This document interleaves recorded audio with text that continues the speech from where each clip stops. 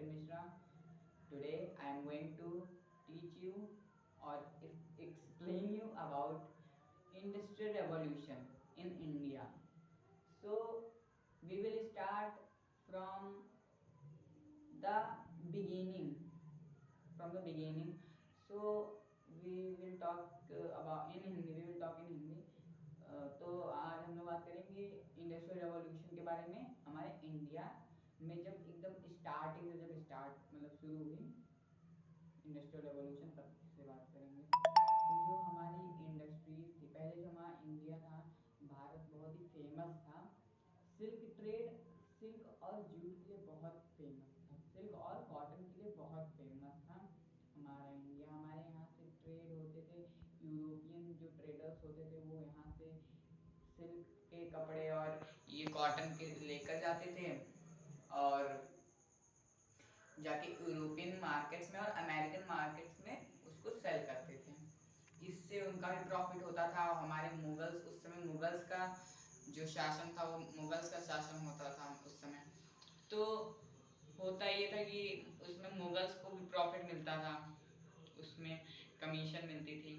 तो इससे वो और उनको एनकरेज करते थे यूरोपियन ट्रेडर्स को कि वो आए। लेकिन जब से इंडस्ट्रियल रेवोल्यूशन आया तो जो हमारे इंडिया में जो आर्टिसंस थे वो मतलब खुद से हाथ से अपने कॉटन बनाते थे या मतलब कोई भी कपड़ा होता था वो अपने हाथ से बनाते थे।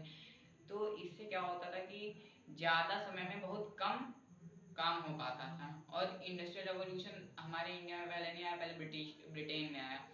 तो ब्रिटेन में और अदर कंट्रीज़ में आया तो वहाँ पे मतलब कम समय में ज़्यादा काम हो जाता था। इससे उनकी जो सेलिंग थी वो ज़्यादा बढ़ने लगी।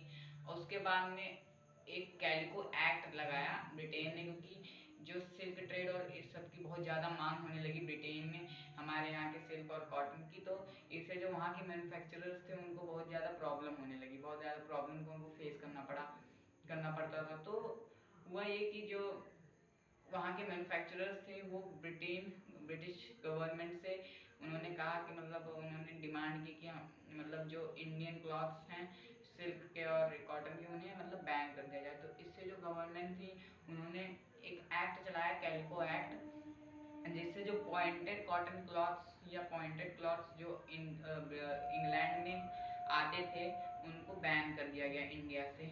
तो इससे क्या हुआ बहुत हाई ड्यूटीज़ लग गई। जो हमारे जो कॉटन जो हमारे कपड़े थे वो बहुत ही ज़्यादा मतलब महंगे दिखने लगे अभी यूरोप मतलब ब्रिटिश मार्केट्स में। इससे हमारे मैन्युफैक्चरर्स को बहुत ज़्यादा लॉस हुआ। तो इससे और एक तो क्या नाम है हमारे यहाँ बहुत कम समय में मतलब बहुत ज़्यादा समय में कम काम हो पाता था, इससे भी बहुत ज़्यादा लॉस हो। तो ये सब रीज़न था हमारे हमारी जो इंडस्ट्रीज़ थी उनको डाउन होने में। और आगे बताऊँगा पार्ट 2।